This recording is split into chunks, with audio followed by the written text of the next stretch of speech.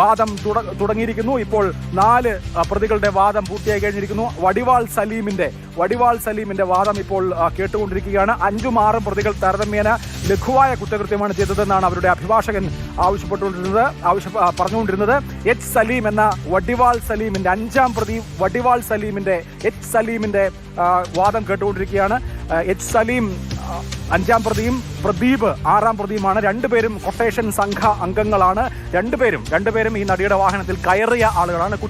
നേരിട്ട് കുറ്റകൃത്യം ചെയ്തത് ഒരാൾ മാത്രമാണ്, പൾസർ സുനി മാത്രമാണ്. എങ്കിലും ആ കുറ്റകൃത്യത്തിന് കൂട്ടുനിന്നവർ, ആ കുറ്റകൃത്യത്തിന്റെ അപ്പുറവും നിന്ന ആളുകളാണ് ഈ പ്രതികളൊക്കെ. ഈ വാഹനത്തിൽ കയറിയിട്ടുള്ള ടെമ്പോ ട്രാവലറിന്റെ കാറിൽ മഹീന്ദ്ര SUV കയറിയിട്ടുള്ള ആളാണ് സലീം.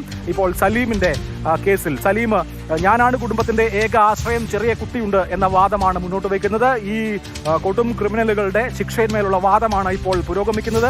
കണ്ണൂർ ജയിലിലേക്ക് വിടണം എന്നാണ് വിജേഷ് ആവശ്യപ്പെട്ടിരിക്കുന്നത്. വിയ്യൂർ ജയിൽ പറ്റില്ല, കണ്ണൂർ ജയിലിലേക്ക് അയക്കണം എന്നാണ് വിജേഷ് ആവശ്യപ്പെടുന്നത്. എന്താണ് ജയിലിന്റെ കണ്ണൂരായാലും വിയ്യൂരായാലും ജയിലാണ്, എന്താണ് ആ വാദത്തിന്റെ പ്രസക്തി എന്നറിയില്ല. ഒരു പക്ഷേ വാദത്തിനിടയിൽ അഭിഭാഷകൻ വിശദീകരിച്ചിട്ടുണ്ടാവും. ഇപ്പോൾ വടിവാൾ സലീമിന്റെ എച്ച് സലീമിന്റെ വാദം പുരോഗമിക്കുകയാണ്.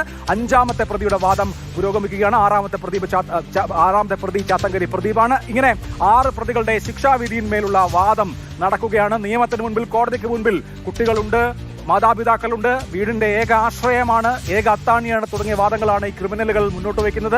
കോടതി അലിവുണ്ടാകണം എന്നാണ് അവർ ആവശ്യപ്പെടുന്നത്. 2ാം പ്രതി ഡ്രൈവറായ മാർട്ടിൻ കരഞ്ഞിരിക്കുന്നു.